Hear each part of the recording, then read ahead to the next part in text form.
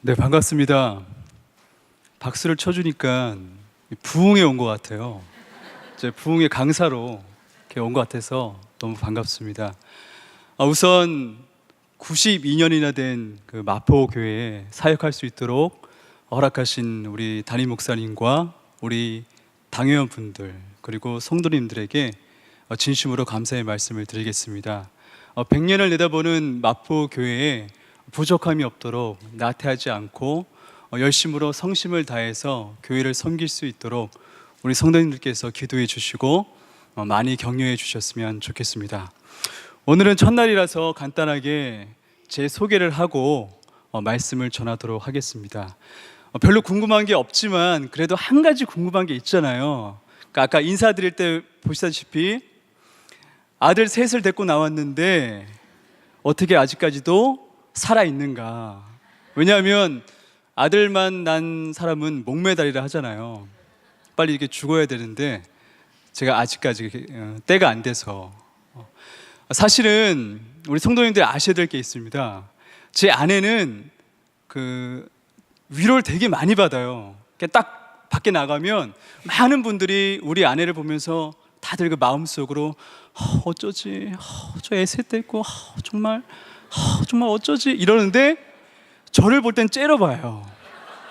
제가 뭘 그렇게 잘못했는지 저를 볼 때는 저 인간 저거 어떻게 해야 되는데 설마 또 그러진 않겠지? 막 제발 당부의 말씀을 드리겠습니다. 넷째는 나으란 말을 하지 마십시오. 제가 교회를 옮겨 다닐 때마다 하나씩 낳는데 마포교회에서는 제발 딸 하나 더 낳으라고 말씀하지 마십시오. 다른 분들이 다 키워준다고 했는데 어느 누구도 맡아서 키워주지 않고 있습니다. 오히려 저희 짐이 되었습니다. 아무튼 우리 아이들과 함께 우리 성도님과 이 마포교회에 사역하는 것이 정말 즐겁고 행복했으면 좋겠습니다. 요즘은 정보가 참 많이 넘쳐 흐르는 시대 속에 살아가고 있습니다. 예전에는 내가 학교에서 배우거나 아니면 부모님으로부터 물려받았거나 아니면 경험을 통해서 우리가 지식을 얻을 수 있었습니다. 하지만 지금은 넘쳐나는 정보 속에 우리가 살아가고 있습니다. 저도 성남에서 사역을 하다가 마포교회에 이제 부임을 한다는 걸 알게 되고 인터넷으로 검색을 딱 했어요. 그래서 마포 딱 치니까 저는 마포교회가 제일 먼저 나올 줄 알았습니다. 뭐가 가장 먼저 나오냐면 마포 맛집이 딱 나오더라고요. 그러니까 어떻게 하겠습니까? 또 먹는 거 좋아하니까 마포교회는 둘째치고 마포 맛집을 막 찾기 시작했습니다. 뭐 여기저기 막 나오더라고요. 그 마포갈비가 유명하다 하더라고요. 그래서 마포갈비 한번 꼭 먹어봐야 되겠다. 이렇게 정보가 많다 보니까 우리에게 불필요한 정보들이 있습니다. 그러니까 우리가 필요하고 우리가 좋아하고 내가 얻고자 하는 정보만 얻으면 딱 좋은데 이 거짓 정보도 넘쳐나고 불필요한 정보가 많다 보니까 때로는 불편하고 짜증이 날 때가 참 많이 있습니다. 우리는 바쁜 시대 속에 살아가고 있습니다. 그러다 보니까 우리는 좀 더 단순하고 복잡하지 않고 심플한 것을 원할 때가 많이 있습니다. 근데 그런 삶이 우리 교회 안에도 들어오기 시작했습니다. 그래서 하나님의 말씀이 복잡하지 않고 하나님의 구원이 어렵지 않고 심플하고 간단하게 명료하게 우리에게 전달되기를 우리가 원할 때가 참 많이 있습니다. 오늘의 말씀은 그런 말씀을 봤을 때 참으로 불편한 말씀입니다. 오직 믿음으로만 구원을 받는다는 말씀만 믿고 사신 분들에게는 오늘의 말씀이 참 불편해요. 왜 불편할까요? 남대없이 말씀을 열어보면 불편한 말씀들이 나옵니다. 이 저주를 받을 자들이여 너희들은 영벌을 받을 것이다. 그냥 넘기기에는 이게 좀 뭔가 심상치가 않아요. 너희들 조금은 부족하구나. 하나님을 믿으면서 믿음도 필요하지만 서로 돕고 나누고 서로 기도해주고 용서하며 살면 더 좋겠다고 이렇게 말씀해 주면 좋겠는데 오늘의 말씀에 보면 불편해요. 저주를 받을 자들이여 너희들은 영원한 벌을 받을 것이다. 이렇게 말씀이 시작되고 있습니다. 우리 한국교회는 죄송하지만 지나칠 정도로 이 구원관과 또 전도에 치중되어 있습니다. 교회에 이렇게 모이면 열심히 전도하셔야 되잖아요. 전도가 나쁘다는 것은 아닙니다. 하지만 성경을 읽다 보면 생각보다 구원에 관련된 이야기와 전도에 관련된 이야기는 그렇게 많이 나오지 않습니다. 대부분의 성경 이야기는 어떻게 삶을 살아야 되는가가 이야기하고 있습니다. 이스라엘 백성들이 하나님께 버림받은 이유는 그들이 하나님을 믿지 않아서가 아니라 그들이 하나님 백성답게 믿는 자로서의 삶을 살아내지 못했기 때문에 그들은 하나님으로부터 버림을 받았습니다. 우리가 히브리 사람들의 사고를 좀 알아셔야 돼요. 히브리의 사고를 보면 믿는다는 것은 우리가 아는 것처럼 정보만 알고 있다는 것이 아니라 믿는 대로 산다는 것입니다. 그러니까 히브리 사고에는 믿음이라 말하면 믿는 만큼 산다는 거예요. 동전의 양면과 같죠. 그것이 하나인데 어찌된 게 우리는 이 믿음과 삶이 별개인 문제처럼 여겨질 때가 참 많이 있습니다. 그렇다면 가장 이상적인 스토리는 어떤 것이 있을까요? 내가 하나님을 믿지 않고 그냥 내가 먹고 싶은 거 마음껏 먹고 하고 싶은 거 마음대로 하다가 죽기 바로 직전에, 내가 직사하지 않는다면, 지병이 없다면 죽기 직전에 나는 예수 그리스도를 믿습니다, 이렇게 고백한 사람이 가장 멋져 보이잖아요. 안 그러신가요? 지금 믿음 생활한다는 게 너무 쉽지 않잖아요. 이렇게 편히 쉬고 집에 가고 싶고 놀러도 가고 싶은데 그러지 못하고 이 주일날 와서 서로 예배하며 옆에 계신 분과 또 기도 제목을 나누며 또 권면하며 산다는 것이 참으로 쉽지 않을 때가 있습니다. 오늘의 말씀은 우리가 잘 알고 있는 열 처녀의 비유와 달란트 비유에 이어서 양과 염소의 비유입니다. 하나님께서 느닷없이 천사들과 이 땅 가운데 내려오십니다. 오시고 나서 갑자기 양과 같은 사람은 오른쪽에, 염소와 같은 자들은 왼쪽으로 구분하십니다. 이 구분하는 걸 보면 얼마나 기도하고 얼마나 성령 충만하고 얼마나 교회를 위해서 헌신했냐는 것이 중요한 것이 아니라 오늘에 보면 6가지가 나옵니다. 제가 읽어드리겠습니다. 줄일 때에 너희가 먹을 것을 주었고 목마를 때에 마시게 하였고 나그네 되었을 때에 영접하였고 헐벗을 때에 옷을 입혔고 병들었을 때에 돌보았고 옥에 갇혔을 때에 나와서 보았느니라. 오늘의 말씀을 보면 양과 염소, 영원한 영생을 얻을 자들과 영원한 벌을 받을 자들을 나눈 것이, 그 기준이 얼마나 기도하는 것이냐, 얼마나 성령 충만하는 것이냐가 아니라 내 옆에 있는 이웃에게 얼마나 관심을 갖고 있고 그들을 위해서 얼마나 헌신하고 충성하고 있느냐는 것입니다.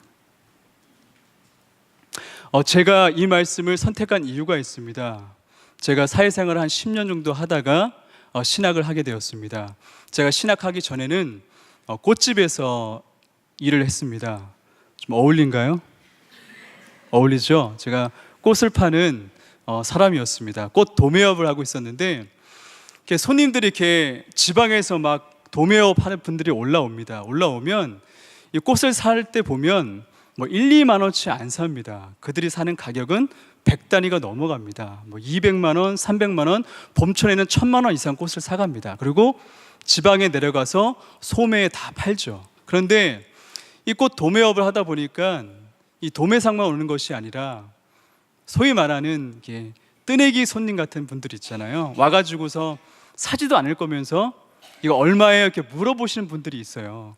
하루에 수백 명이 왔다 갔다 하는데 그 사람들이 눈에 안 들어오죠. 그러면 그 거상들이 딱 오면 너무나도 친절하게 제가 대합니다. 그 폴더 인사를 하고 어서 오십시오 하면서 커피도 맛있게 타주고. 하지만 그냥 뜨내기 그냥 지나가는 그 소매상이 와서 물어보면 10,000원짜리도 50,000원짜리라고 거짓말을 할 때가 있습니다. 저렇게 나쁜 사람은 아닙니다. 너무 놀라지 마십시오. 그냥 사지 말란 뜻이지. 그러면 그냥 지나갈 때가 있습니다. 제 모습을 보니까 그 도매업을 하시는 분들의 대하는 모습과 소매로 그냥 왔다 갔다 하는 사람들을 대하는 모습이 너무나도 다른 거예요. 그러던 가운데 교회에서 뮤지컬을 했습니다. 제가 우연찮게 예수님 역할을 맡았는데 예수님 역할을 맡고 오늘의 말씀을 대사로 해야 되었어요. 근데 이 말씀이 뮤지컬이 끝나고 난 이후로 잊혀지지 않는 거예요. 내 형제 중 가장 보잘것없는 형제에게 준 것이 나에게 해준 것이다. 그날 이후로 꽃장사를 하는데 거상이 오든 소매상 그냥 뜨내기가 오든 그들을 함부로 대할 수가 없었어요. 왜냐하면 가장 보잘것없는 형제에게 한 것이 바로 예수님에게 한 것이라는 말씀이 내 안에 살아 숨쉬고 있었기 때문에 사람들을 함부로 대할 수가 없었어요. 그럼 목사님, 지금도 그렇게 살고 계십니까? 물으신다면, 지금도 그렇게 산다면 저는 구름 타고 올라갔겠죠. 하지만 참으로 그렇게 산다는 것이 쉽지 않을 때가 많이 있습니다. 하지만 제 기본 정신은 사람을 천하 보라도 귀하게 모두가 동일하게 대하게 되었다는 그 마음만큼은 변하지 않습니다. 그럼 이렇게 물을 수가 있습니다. 목사님은 그 말씀에 은혜 받았기 때문에 말씀하시지 우리에게 강요할 수 있지는 않잖아요. 이렇게 물으신다면 그렇지 않습니다. 성경에 보면 참으로 많은 말씀들이 있습니다. 너희의 의가 바리새인과 서기관보다 낫지 않으면 너희가 결탄코 천국에 들어갈 수 없다고 말씀하십니다. 나더러 주여 주여 하는 자마다 천국에 들어갈 것이 아니요 하나님 아버지의 뜻대로 행하는 자만이 하나님 나라에 들어갈 수 있다고 이야기하고 있습니다. 우리 오래 신앙생활 하신 분들 중에 이런 말씀 하시는 분들이 있습니다. 목사님, 저는 신앙생활 참 많이 했지만 이상하게 제게 사랑이 없습니다.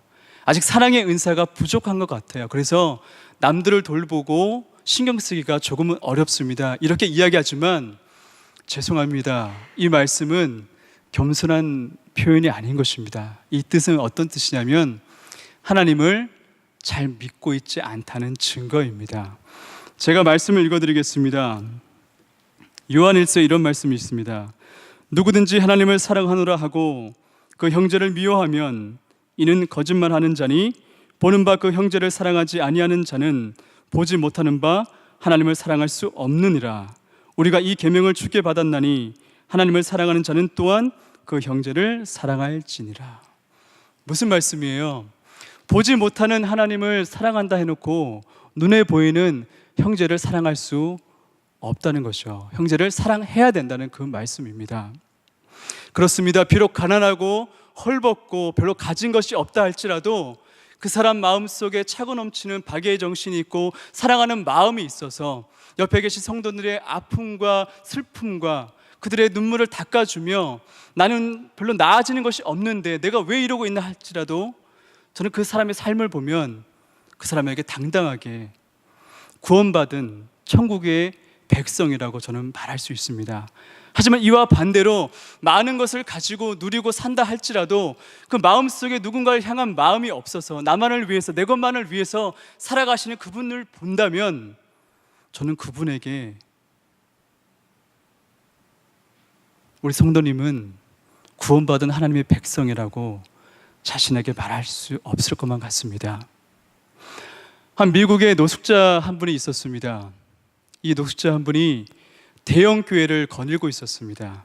그런데 그 대형 교회에서 3명의 사람만 이 노숙자에게 말을 걸었다고 합니다. 그리고 이 노숙자가 지나가는 교인들에게 배가 고파서 먹을 것 좀 사야 되니 돈을 달라고 하자 어느 누구도 거들떠보지 않았습니다. 그리고 예배 시간이 되어가지고 예배 자리에 들어가서 맨 앞자리에 딱 앉으려고 하니까 예배위원들이 다 내쫓아 버렸습니다. 그리고 이 사람은 겨우겨우 눈치를 보며 저 메인 뒤에 구석진 자리에 딱 앉아 있었습니다. 그리고 예배가 시작되었습니다. 다들 찬양의 은혜를 받고 손을 높이 들고 하나님께 경배하고 찬양하며 저마다 눈물을 흘렸습니다. 그리고 부목사님이 나오셔서 오늘 이 교회에 새로 부임한 우리 담임 목사님을 소개하겠습니다. 앞으로 나오십시오 하자 사람들은 다들 뒤를 돌아봤습니다. 그때 저 뒤에서 그 노숙자 행세를 하고 있던 그 목사님이 뚜벅뚜벅뚜벅 걸어 나오기 시작했습니다. 그 많은 성도님들이 놀랐어요. 당황했어요. 그리고 그 목사님이 강단 위에 올라가서 다른 말씀 하지 않으셨습니다. 마태복음 25장을 피시더니 이 말씀을 읽으셨습니다. 내가 줄일 때에 너희가 먹을 것을 주었고 목마를 때에 마시게 하였고 나그네 되었을 때에 영접하였고 헐벗을 때 옷을 입혔고 병들었을 때 돌보았고 옥에 갇혔을 때 와서 보았느니라. 이런 말씀을 하고 내려가셨다고 합니다. 그리고 성도님들은 여기저기서 흐느끼는 소리가 들리고 다들 회개했다고 합니다. 어떠세요? 우리는 교회를 다니면서 은혜 받고 산다고 하시잖아요. 은혜 많이 받고 살고 계십니까? 근데 참으로 이상한 것이 그 은혜 받은 것이 옆에 있는 사람들과 주변의 사람들이 모두가 느끼면 참 좋겠는데 이상하게 우리는 말하지 않으면 은혜 받은 것을 나만 알고 있을 때가 참 있어요.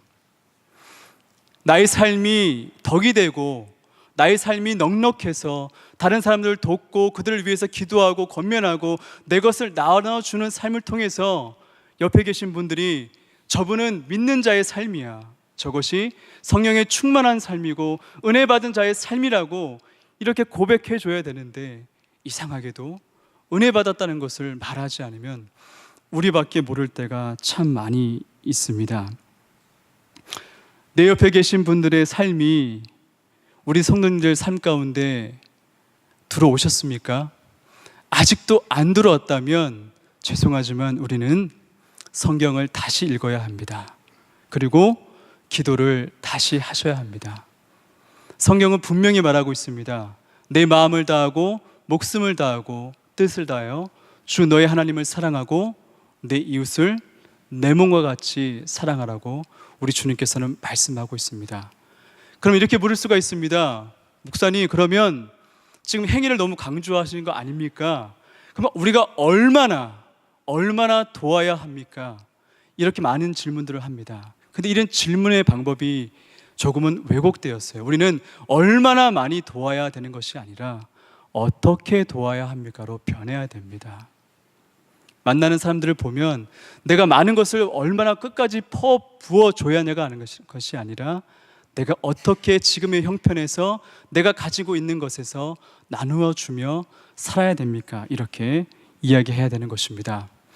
하지만 아직 늦진 않았습니다. 왜냐하면 우리 하나님께서는 선택한 자기의 백성들을 통해서 그분의 이름과 그분의 영광을 위해서 우리를 의의 길로 인도하시는 것을 절대 포기하지 않습니다.